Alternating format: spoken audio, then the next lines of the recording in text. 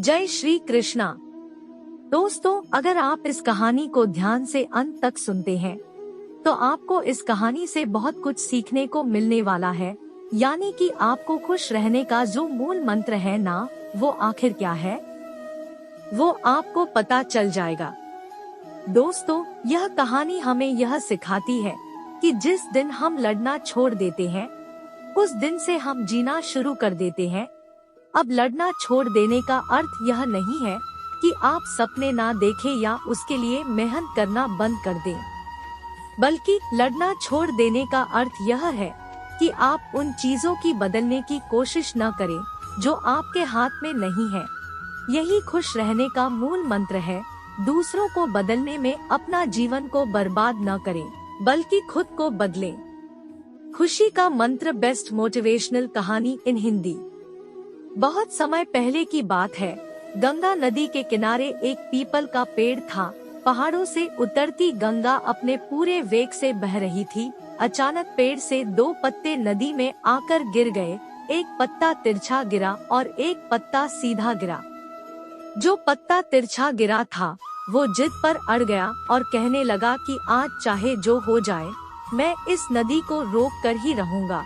चाहे मेरे प्राण ही क्यों न चले जाए, मैं इसे आगे नहीं बढ़ने दूंगा।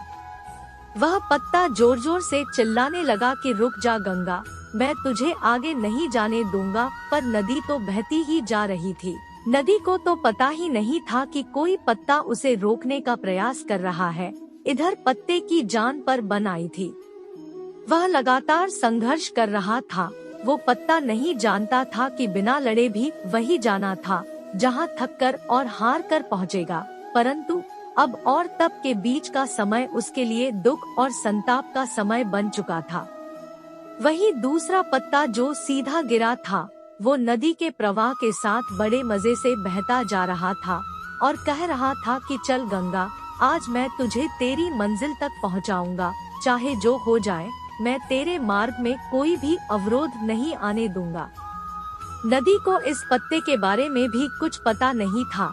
वह तो अपने धुन में सागर की ओर बहती जा रही थी। लेकिन यह पत्ता खुश और आनंदित था, क्योंकि उसे तो लग रहा था कि मैं ही नदी को अपने साथ बहाए ले जा रहा हूँ।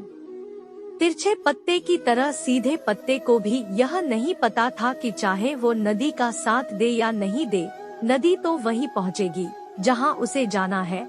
पर अब और तब के बीच का समय उसके लिए आनंद का समय बन चुका था। जो पत्ता नदी से लड़ रहा था, उसके जीत का कोई उपाय नहीं था, और जो पत्ता नदी के साथ बहता जा रहा था, उसकी हार का कोई उपाय नहीं था। कहानी का नैतिक। इस कहानी से हमें यह सीख मिलती है कि जो चीजें हमारे नियंत्रण में नहीं है, उनकी चिंता करना बेकार है। ऐसे में हमें अपने जीवन में खुश रहने के लिए उन चीजों पर ध्यान देना चाहिए जो हमारे नियंत्रण में है। जब हम उन चीजों को बदलने की कोशिश करना छोड़ देते हैं जो हमारे नियंत्रण में नहीं है, तो हम अपने जीवन में शांति और सुख पा सकते हैं। उपसंहार।